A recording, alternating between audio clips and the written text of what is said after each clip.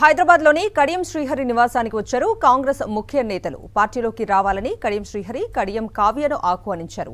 Party రాష్ట్ర వ్యవహారాల incharge Deepa Das మున్షితో పాటు మల్లు రవి, సంపత్ కుమార్, రోహిన్ రెడ్డి కడియం నివాసానికి వచ్చారు. రేపు కడియం శ్రీహరి, కడియం కావ్య కాంగ్రెస్లో చేరనున్నారు.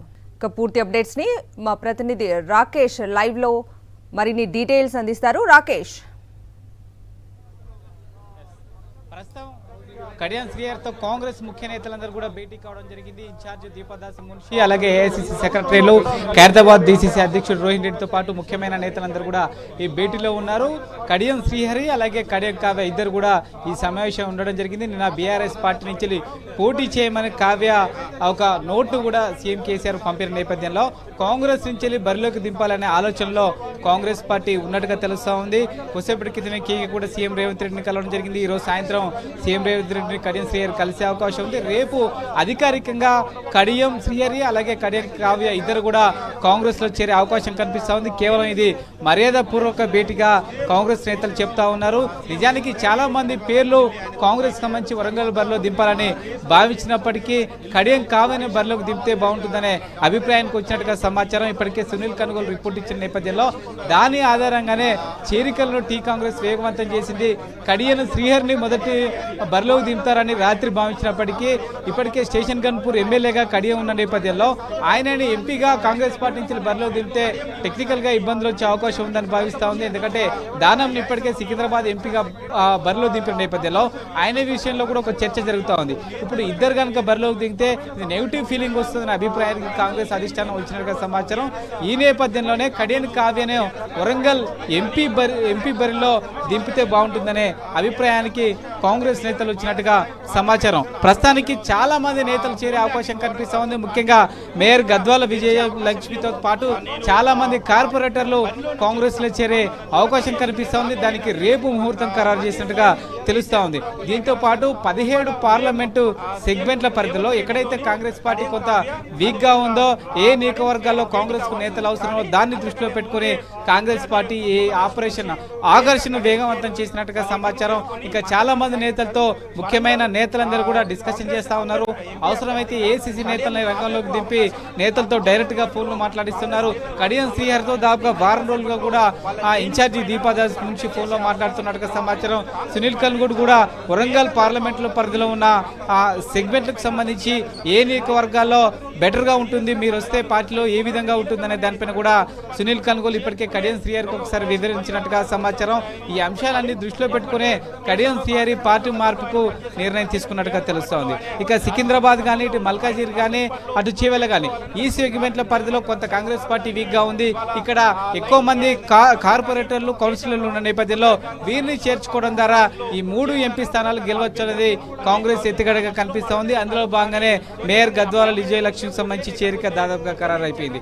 At the same time Chevella, మల్కాజిగిరిలో చాలా కార్పొరేషన్లు ఉన్నాయి. ఈ నేరుగా అవిశ్వాసం పెట్టి ఈ కార్పొరేషన్లను కాంగ్రెస్ పార్టీకి సంబంధించిన మేయర్లను చేర్చుకుంటున్న పరిస్థితి కనబడతా ఉంది. ఈ విధంగా కాంగ్రెస్ పార్టీ వ్యూహాన్ని అయితే అవలంబిస్తుందని చెప్పుకోవచ్చు. పూర్తి స్థాయిలో సునీల్ కన్గోలు రిపోర్ట్ ఆధారంగా ప్రస్తుతం ఈ చేరికలకు సంబంధించి జరుగుతూ ఉన్నాయి. మరికొద్ది సేపట్లోనే కడియం శ్రీహరి అలాగే కడియం కావ్య, కాంగ్రెస్ పార్టీ రాష్ట్ర ఇన్ఛార్జి దీపదాస్ మున్షి ముగ్గురు వచ్చి కూడా మీడియాతో మాట్లాడే అవకాశం ఉంది. ఎప్పుడు చేరుతారు ఏంటనే విధి విధానాలను ఇక్కడ ప్రకటించే అవకాశం ఉన్నట్టుగా తెలుస్తోంది. రాకేష్, అంటే పార్లమెంట్ ఎన్నికల నేపథ్యంలో చాలా మంది కీలక నేతలు బీఆర్ఎస్ నుంచి చాలా మంది కీలక నేతలు కాంగ్రెస్ లో చేరుతున్న సిచ్యువేషన్ ని చూస్తున్నాము. ఇప్పుడు బీఆర్ఎస్ నుంచి ఎంపీ టికెట్ కన్ఫర్మ్ అయిన తర్వాత కడియం కావ్య అలాగే కడియం శ్రీహరి ఇప్పుడు కాంగ్రెస్ లో చేరుతున్నారు. ఇది కాంగ్రెస్ లో ఎలాంటి ఇంపాక్ట్ చూపించబోతుందంటారు? ఎస్, ఖచ్చితంగా కొంత కాంగ్రెస్ పార్టీలో మొదటి నుంచి ఎవరైతే పనిచేశారో, ఈ గత అసెంబ్లీ ఎన్నికలలో ఎవరైతే కీలకంగా పనిచేస్తారో వాళ్ళకి ఇది కొంత మెంగుడు పరణ అంశం. ఎందుకంటే అసెంబ్లీ ఎన్నికల్లో పార్టీ ప్రతిపక్షంలో ఉన్నప్పుడే గెలిపించాం. ఇప్పుడు కొత్తగా వచ్చిన నేతల వల్ల తమ ఉనికి కోల్పోతుందనే ఒక భయం వాళ్ళలో కనిపిస్తూ ఉంది. ఇప్పుడు స్టేషన్ గన్పూర్ విషయానికి వస్తే కడియం శ్రీహరి చేరితే అక్కడ గత 2 ఎన్నికల్లో పోటీ చేసి ఓడిపోయిన ఇందిరా ఉండడం జరిగింది. దీంతో పాటు ఇక్కడ చేవెళ్ళ విషయానికి వస్తే అక్కడ ఇప్పటికే 1-2 నేతలు పనిచేసుకోవడం జరిగింది. మల్కాజిగిరి విషయంలో కూడా అలానే జరిగింది. ఇలా కొత్త నేతలు పార్టీలో ఇప్పుడు జాయిన్ అవ్వడం ద్వారా ఇన్ని రోజులు పనిచేసిన తమకు ప్రాధాన్యత ఇవ్వకుండా కొత్త వారికి అవకాశం కల్పిస్తున్నారు.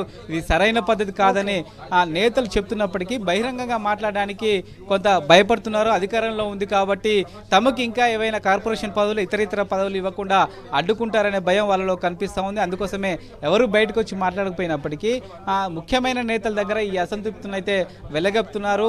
అధికారంలో ఉన్నప్పుడు సొంత పార్టీ నేతలకు అవకాశం కల్పించి వారిని గెలిపించుకోవడం ద్వారా పార్టీ బలోపేతం అవుతుంది తప్పితే కొత్తగా వచ్చే వారికి అవకాశం ఇవ్వడం వల్ల పెద్దగా ఉపయోగం లేదనే అభిప్రాయాన్ని టీ కాంగ్రెస్ సీనియర్లు వ్యక్తం చేస్తున్నారు. ఈరోజు సాయంత్రం జరిగే పీఈసీ సమావేశంలో దీనిపైన మనతో పాటు మాట్లాడడానికి ఖైరతాబాద్ డీసీసీ అధ్యక్షులు రోహిన్ రెడ్డి ఉన్నారు. చెప్పండి, చాలా చేరికలకు సంబంధించి దగ్గర నుంచి చేస్తా ఉన్నారు. రేపు ఏ చేరికలు ఉండే అవకాశం ఉంది? రేపు పెద్దలు కేశవరావు గారు మళ్ళా మేయర్ గారు కూడా రేపు వాళ్ళ ఇంటికి ముఖ్యమంత్రి గారు దీపదాస్ మున్షి గారు కూడా వెళ్ళడం జరుగుతుంది. కాంగ్రెస్ పార్టీకి ఎవ్వరు వచ్చినా కానీ కూడా మా కాంగ్రెస్ పార్టీ ఐడియాలజీ రాహుల్ గాంధీ గారు చెప్పిండ్రు కదా, మొహబ్బత్ కి దుకాన్ అని చెప్పి మా పార్టీలకు ఎవరైనా రావచ్చు, కాంగ్రెస్ పార్టీ ఐడియాలజీ నుంచి వచ్చిన వాళ్ళందరినీ కూడా కాంగ్రెస్ పార్టీ చేర్చుకుంటారు. అంటే ఇప్పటివరకు పనిచేసిన వాళ్ళందరికీ అన్యాయం జరిగే అవకాశం ఉంటుంది కదా? ఇప్పటివరకు ఇన్ని పదవులు వచ్చినాయి, ఎవరికి అన్యాయం జరిగిందంటే కాంగ్రెస్ పార్టీలో పనిచేసిన వాళ్ళకి టికెట్లు రావడం జరిగింది. ఇప్పుడు చైర్మన్లు ఇస్తే కూడా మొన్న రేవంత్ రెడ్డి గారు 37 మంది చైర్మన్లు ఇచ్చారు. బయట ఎవరు ఉన్నారు దీంట్లో అందరు కాంగ్రెస్ పార్టీ ఫ్యామిలీ వాళ్ళకి ఇవ్వడం జరిగింది. సలహాదారు పదవులు అన్నీ కూడా కాంగ్రెస్ పార్టీలు ఉన్న నాయకులకే ఇచ్చిండ్రు. బయటికి వెళ్ళి వచ్చిన నాయకులకు కూడా ఎక్కడైతే వ్యాక్యూమ్ ఉన్నదో అక్కడ మాత్రం వాళ్ళని చేర్చుకోవడం జరుగుతున్నది. పార్టీలో జాయిన్ అయిన కూడా అన్కండిషనల్గా జాయిన్ అవుతున్నారు. కాంగ్రెస్ పార్టీలో పనిచేసిన తర్వాతనే వాళ్ళకి పదవులు వస్తాయి, కానీ పదవులు ఇచ్చి మాత్రం ఎవరిని కూడా తీసుకురావడం జరిగింది. మొత్తానికైతే చేడికల్ని రేపంచెలు స్పీడప్ చేసే అవకాశం ఉంది. రేపంచెలు అధికారికంగా కాంగ్రెస్ పార్టీలో కీలక నేతలు చేరతారంటూ కూడా కాంగ్రెస్ నేతలు చెప్తా ఉన్నారు.